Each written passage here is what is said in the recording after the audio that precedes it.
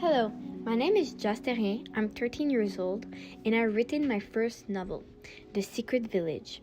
The Secret Village is a fantasy story about a young teenager who wants to save her seriously ill mother.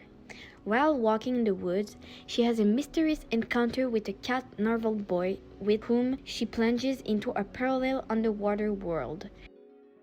Chosen by the shaman for her leadership, she will help the inhabitants stop the pollution threatening to destroy their underwater bubble.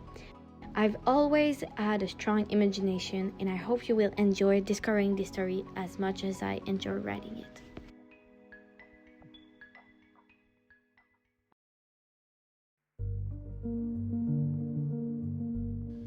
A Secret Village is the first novel of the young author Thérien.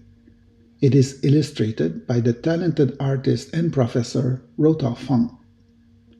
With this novel, you'll be able to cover topics like leadership, protection of the environment, the pro and con of risk-taking, and also the foundation of a good friendship.